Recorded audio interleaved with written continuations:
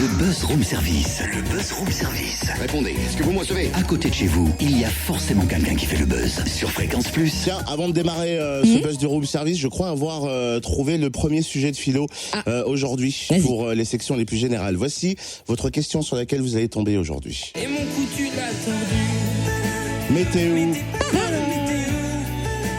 Savoir où est cette personne que Vianney cherche depuis des mois et des mois. Mais c'est son ancienne copine, hein. Ah bon? C'est ça l'histoire. Et alors, elle est où? Mais il l'a retrouvée parce qu'ils sont restés amis, apparemment. Oh, c'est mignon. Cynthia, j'ai envie de te dire, Maraba Kefek. Ma quoi? Qui fait quoi? Mais Cynthia, oh là là oh là là, faut mettre un petit peu du tien là ce matin. Allez. Bah, écoute, franchement, je veux bien, mais là, j'ai vraiment rien compris. Je suis à l'ouest. C'est du libanais. Maraba, ça veut dire bonjour. Et Kefek, comment tu vas pour les femmes?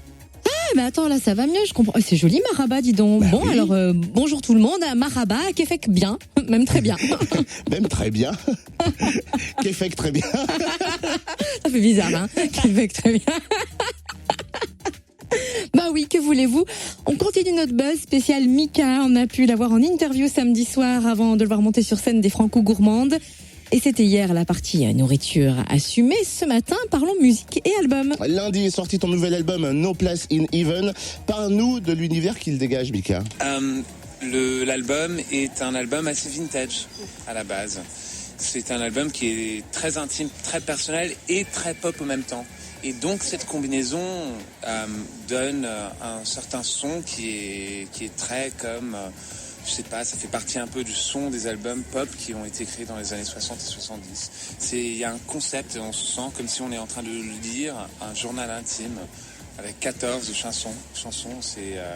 Et aussi il y a des chansons françaises qui sont mélangées dans la playlist. C'est pas des bonus parce que la partie française de ma vie elle est pas juste en bonus. Ça part de comment secrètement, je pense que ma mère, il y a 20% d'elle qui veut un autre fils. Ça part des trucs comme ça. Ça parle de mes héros. Ça parle des moments de joie. Ça parle des moments extrêmement tristes dans ma vie, mais ça le fait avec je sais pas, une sorte de francheur qui m'a fait du bien. Tu viens donc le tester en France avec notamment les Franco-Gourmandes? Ma première date officielle, parce que j'ai fait un concert à Paris, mais c'était petit, et c'était privé, et c'était une showcase, et là, on va tester. Alors, je dois commencer longtemps, parce que l'album n'est même pas sorti, il va sortir dans 24 heures.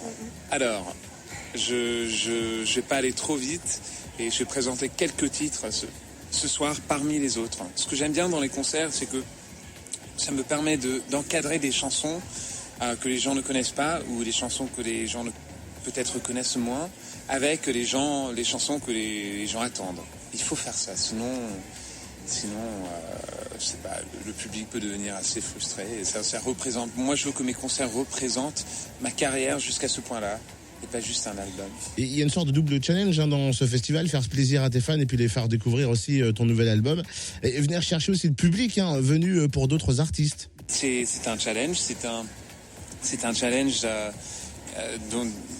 auquel je suis assez habitué parce que moi j'ai commencé dans des festivals. Je me souviens mon premier festival, ma première performance en dehors d'un tout petit club, c'était à Bestival en Angleterre et le chapiteau était vide parce que personne qui savait qui j'étais. Il était 1h30 du matin et alors donc mes amis qui étaient extrêmement déçus que le chapiteau était vide sont partis acheter des bières et ils se sont mis dehors et ils échangent des bières pour les gens pour rentrer. Et donc quand il y avait le début d'un petit public devant la scène, ensuite ils étaient en train de ils attendaient dehors, ils disaient « Oh, celui-là, il est super !»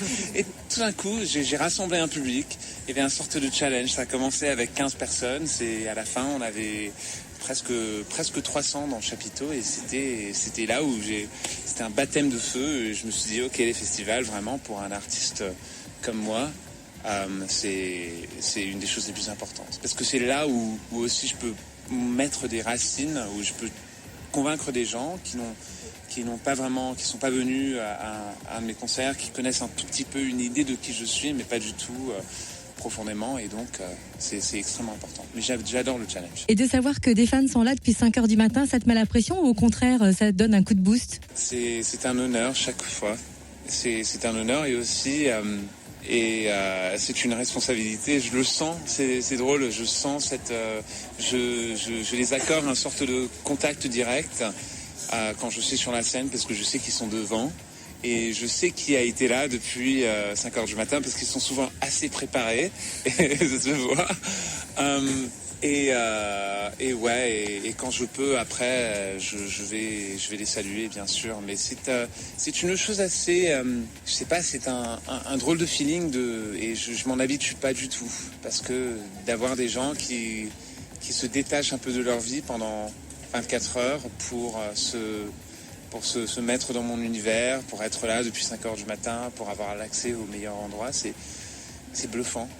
C'est bluffant chaque fois. Je me souviens quand il y avait un concert à Londres, c'était il y a 5 ans, il y avait des gens qui avaient dormi là-bas pendant 1 jour et demi, dans une tente. Et vers le dernier jour, c'était un peu dur. Et donc on a envoyé un camion avec plein de bouffe, avec des chocolats chauds, avec des trucs comme ça, parce que c'était plein d'hiver aussi. Et ça a commencé un peu une tradition, et donc il y a vraiment, c'est un côté assez festif. Ils sont pas tristes dans la queue. Quand ils font la queue, ils attendent, il y a toute une communauté autour de ça, et bon, c'est humbling.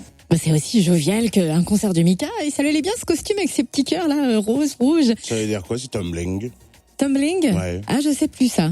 Ça, c'est une bonne question. Ouais. Tumbling. Ouais, on va chercher. En tout cas, merci à Mika, à son équipe, et puis à Rachel de nous avoir permis de rencontrer. C'est tumbling. Vous retrouverez la deuxième partie de l'interview en podcast dès 10h sur notre site fréquenceplusfm.com. Ouais, en réponse en philo, on peut dire ça. Stumbling. Michael l'a dit ce matin sur Fréquence Plus, c'est tumbling. Et puis hop, vous rendez la copie.